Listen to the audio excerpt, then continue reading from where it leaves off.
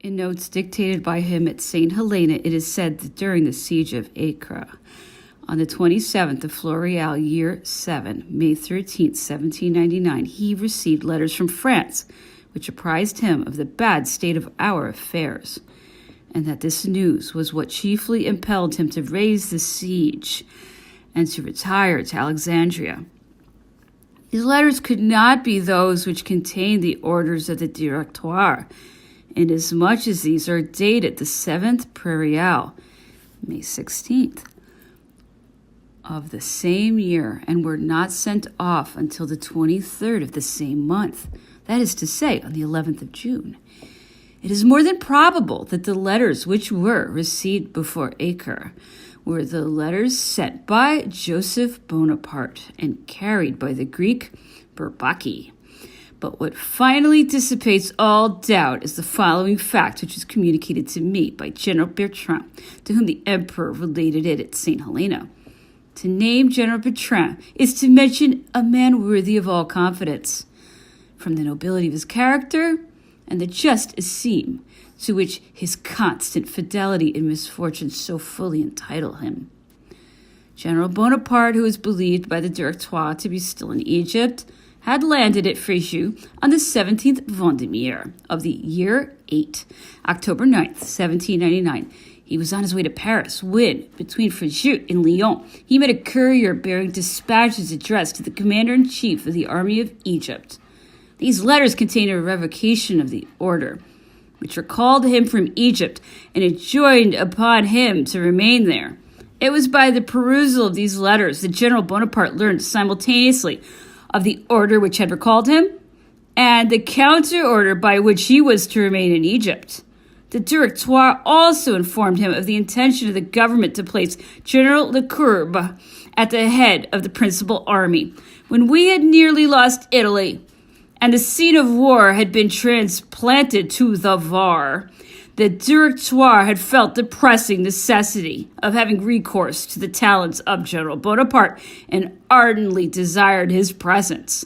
But when the victory of Zurich and the results obtained in Holland had reassured them, like the sailor who forgets his vow when once the storm is past, they made haste to revoke the order which had been so hastily dispatched 3 months previously. An order which had been torn from them by the imminence of the peril which at that time menaced the Republic. It was accordingly only at Paris that General Bonaparte received the letters from the Directoire, which Admiral Brie had been commissioned to hand to him if he succeeded in landing in Egypt, together with the copy of the letter which the admiral had sent to him from Cartagena, and the letters of Barras and of Talleyrand. As to the choice of General Lecourbe, on whom the Directoire had decided, Napoleon did not altogether disapprove of it. He had a high opinion of this general, and acknowledged him to possess the qualities of the soldier.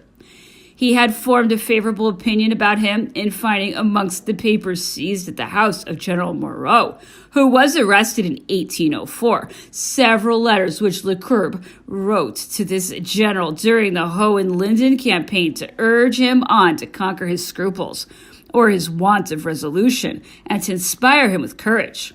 The emperor deprived himself with regret of the services of General Lecourbe, having noticed in him so much ill feeling at the time of Moreau's trial that he did not think it possible to employ him.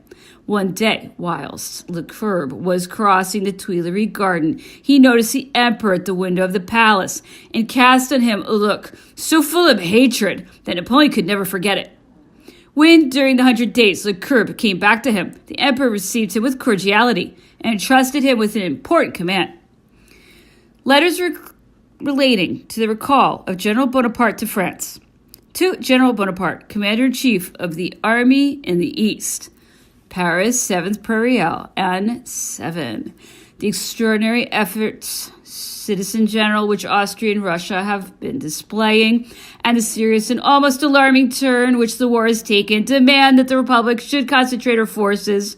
The Directoire has, in consequence, just given orders to Admiral Brie to use every means in his power to become master of the Mediterranean and to betake himself to Egypt in order to bring back the army under your command. He has received instructions to concert with you as to the measures to be taken for the embarking and the transport of the troops.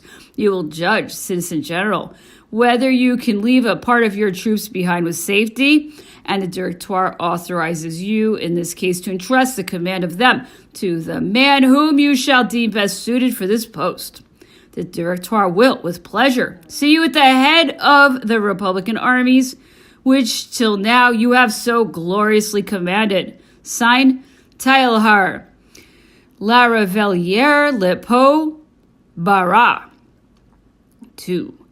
Letter from the Directoire to Admiral Brie, written by the hand of Secretary General Lagarde and signed by Merlin de Douai. Paris, 7th, Prairial, on 7. The Executive Directoire, Citizen General, after due reflection on the present state of affairs, has felt the necessity of uniting and concentrating as much as possible the forces of the Republic.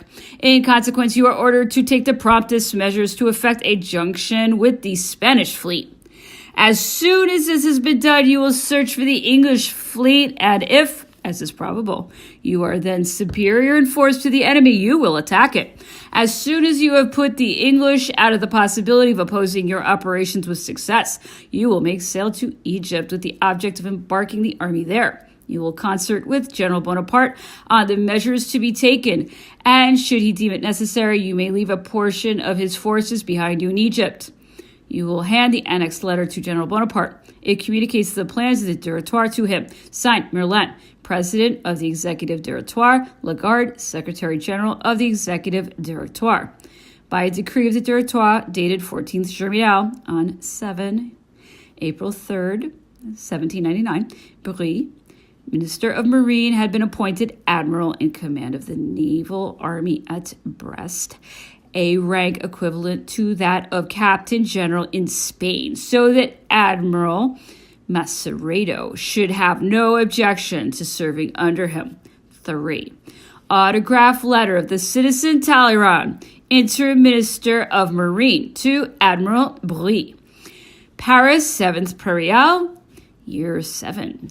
So now, my dear Brie, your mission has taken the form that you first desired. I am delighted at this. You are no longer in doubt. You have an object, a prescribed object, an object of the highest importance. The Directoire writes only one word to Bonaparte. I am sending him a letter from Barras, to which I have added a few lines. The Directoire relies on you to inform him of our situation at home and abroad. Bring him back. You are asked to keep the strictest silence on your mission. Goodbye. I embrace and love you well.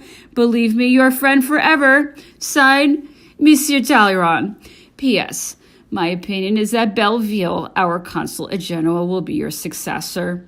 That is not yet decided, but the Directoire will not make its definite selection until the first days of the next decade. CS will arrive here between the 20th and the 24th. 4. Admiral Brie, to the Citizen Bonaparte, Commander-in-Chief of the Army in the East. Cartagena, 29th Prairial, Year 7. Citizen General, the Executive Directoire has ordered me to effect a junction with the Spanish fleet, then to attack the enemy, and having defeated it, to go to Egypt to take and to transport to France the troops under your command. My junction has already been effected, and the combined army has a strength of 42 line vessels. But this force does not give us superiority over the English. They have 60 vessels in the Mediterranean. Nevertheless, by well-concerted maneuvers, it will be possible to defeat them before they have been able to concentrate their forces. This is what I hope to do. If my constant and pressing applications to the Spanish general and to the court of Madrid are successful, once this success obtained, I assure you, Citizen General, that I shall not lose a moment in betaking myself to Alexandria directly after the engagement. Make your arrangements accordingly, that the fleet be detained the least time possible on the coast of Egypt. You must count, General, on all the efforts of which I am capable to overthrow every obstacle and to join you as promptly as possible. Nevertheless, it is impossible to exactly fix the date of my arrival. And as nothing is less certain than the result of naval engagement, nor even that I may be able to succeed in attacking the enemy before they have united their forces, I must ask you, General, not to take final measures for embarking your army until the early arrival of the naval force be announced to you by some frigates, which I shall send off immediately after the encounter. Believe me, Citizen General, that it will be for me the best day of my life, and for the brave army which I command, a day of glory and of happiness, the day on which we shall be able to give back to the fatherland the heroes who have done so much for its glory. Receive my fraternal and respectful salutations. Signed, Bruit. P.S. I promised the Greek who will hand you this letter that you would make him a present of 500 louis. I do not think, General, that in spite of the enormity of this sum, you will hesitate in doing so. Letters 5 and 6 were addressed by the interim minister of Marine, Talleyrand, to Admiral Bruit, under the dates 13th and the 27th per real. Amongst other instructions, they repeat the orders of the Directoire on the 7th of per real, and insist on their execution. 7. Rough draft of a letter written by Admiral Bruit to the citizen Joseph Bonaparte. Paris, the 22nd. Vendemiaire, year 7. Receive, citizen, the compliment which my heart addresses to you on the happy return of your brother. The happiness of your family is public happiness. I hear that you leave this night or tomorrow for Fréjus. I send you some papers which may interest you and your brother. Copy of a letter which I received in the roads of Vado. It was in accordance with this letter that I wrote him, the one that I showed you in Paris. 2. You know how, once my junction with the Spanish effected, the superior forces of the enemy prevented the realization of my further projects. 3. 2 letters from the Directoire to your brother, which I was commissioned to hand him myself. 4. A letter from the citizen Talleyrand, which had the same destination and which contained a letter from Director Barras. 5. Copy of a letter in which Talleyrand forwarded me these dispatches. I share your joy and I salute you cordially. Signed, Bruit. Shortly after the 18th, Brumaire, the consuls, still occupying the Luxembourg Palace, I was at the house of Colonel Louis Bonaparte, who had been appointed to the command of the 5th Regiment of Dragoons. He was living at the Hôtel La Tremoille in the Rue de Vaugirard. He showed me a manuscript of about 15 folio pages, entirely written by Napoleon. It was the draft of a speech composed by him, whilst still only an artillery lieutenant, on the subject proposed for a prize essay by the Académie of Lyon. What are the truths and the sentiments which it is most important to inculcate to men for their happiness? Louis Bonaparte had tried to decipher this manuscript, but, rebutted by its difficulties, had given it up.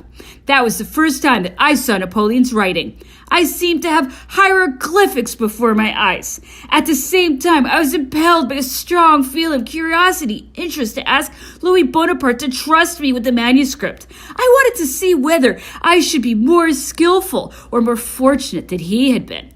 I spent 8 days in studying the words, and after infinite trouble succeeded in deciphering them, with the exception of 5 or 6 words, which I left blank. I carried the manuscript with the translation back to Colonel Louis Bonaparte, who, contenting himself with the copy which I had made of it, seized roughly upon the original, and before it was possible for me to interfere, had thrown it into the grate. A bright fire was burning, and his precious relic was destroyed in a moment, nor was I able to save any portion of it. The speech had not been finished. If I may judge by the draft I read, the last part was wanting. This makes me doubt that he can have gained the prize, as was first announced, and that he even took part in the competition. The impression that remained to me after reading this writing of his, as far as I can remember, was that he had a great deal of imagination, but little art and sequence of ideas in his composition. It contained pleasant thoughts, a somewhat pompous philanthropy, and a dreamy sentimentality expressed with the exaltation and candor of youth. A picturesque definition of sentiment and melancholy, an enthusiasm for the music of Le Devin du Village, to whose author Napoleon would have had a statue raised for this single composition, and the sentence with which his speech ended were the passages which most struck me.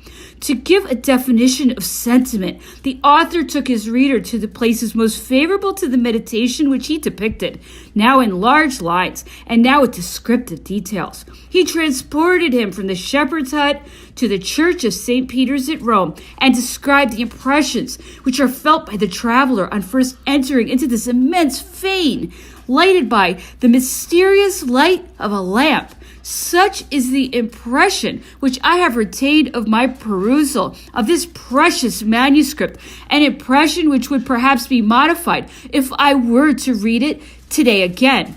The taste which Napoleon had at that time for the music of Le Devant du Village, which seems strange to those who know that he preferred Italian music to French, and that he did not like the writing of Jean-Jacques. He remembered all the airs of this charming pastoral and loved to sing them, not altogether, as Rousseau said of Louis XV, with the most discordant voice in his kingdom, but with a voice of which it could not be said that it was always strictly in tune.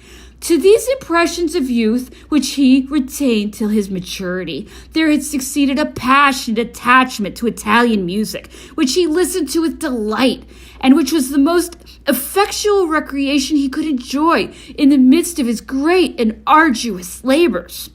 But the passage in the speech which left upon me the most profound impression, and which since constantly reverts to my memory, is the sentence with which it terminates.